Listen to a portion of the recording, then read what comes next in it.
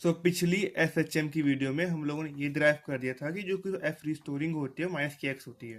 तो आज हम लोग देखेंगे कि एक पार्टिकल जब मूव करता है उसकी वेलोसिटी और उसके एक्सेलरेशन पे क्या इफेक्ट होता है। तो ये देखो, मान लो एक पार्टिकल का एक मेन पोजीशन, ठीक है ना। एक पार्टिकल अपनी मेन पोजीशन से राइट की तरफ इतना ही आगे बढ़ सकता है कि हम राइट एक्सट्रीम और लेफ्ट की तरफ भी इतना ही बढ़ सकता है। तो इसको बोलेंगे हम लेफ्ट एक्सट्रीम, ठीक है। अब ध्यान से मेरी बात सुनो।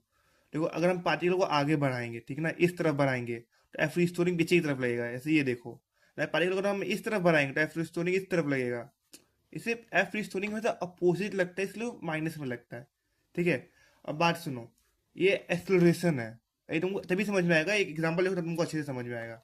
जैसे कि ये देखो, ये स्प्रिंग फोर्स देखो, ये स्प्रिंग देखो। मान लो स्प्रिंग की यहाँ मेन पोजीशन है, मेन पोजीशन है स्प्रिंग की। इसको पीछे की तरफ तुमने खींचा, लेफ्ट एक्सट्रीम पे ले गए। फिर आगे बढ़ो, एक्सलेशन बढ़ेगा, यहाँ के बाद फिर डिक्रीज करेगी स्पीड ताकि यहाँ पे आके रुक जाए, फिर यहाँ पे आके बढ़ेगी, ठीक है। इसलिए यहाँ पे जो एक्सलरेशन है यहाँ पे इस तरफ, यहाँ पे पॉजिटिव है, यहाँ पे एक्सलरेशन, यहाँ पे निगेटिव है, ठीक है। अब देखो वेलोसिटी का ग्राफ देखो, वेलोसिटी कैसे क्या इफेक्ट होती है। देखो, वेलोसिटी मेनली यहाँ देखो, यहाँ पहले वेलोसिटी पहले बढ़ती है, पहले यहाँ पे राइट एक्सट्रीम पे वेलोसिटी मैक्स रहती है मेन पोजीशन पे। मेन पोजीशन पे वेलोसिटी मैक्स रहती है, ठीक है। ये देखो, पार्टिकल जब इसकी तरफ जाएगा तो वेलोसिटी धीरे धीरे धीरे डिक्रीज होगी, डिक्रीज होगी, डिक्रीज होगी, डिक्रीज होगी, डिक्रीज, यहाँ पे जीरो हो जाएगी राइट एक्सट्रीम पे। फिर इंक्रीज होगी, इंक्रीज होगी, फिर इंक्रीज इंक्रीज होते होते होते होते होते होते लेफ्ट एक्सट्रीम पे जीरो हो जाएगी, ठीक है। पर यहाँ पे एक्सलेरेशन मैक्स होगा, ठीक है।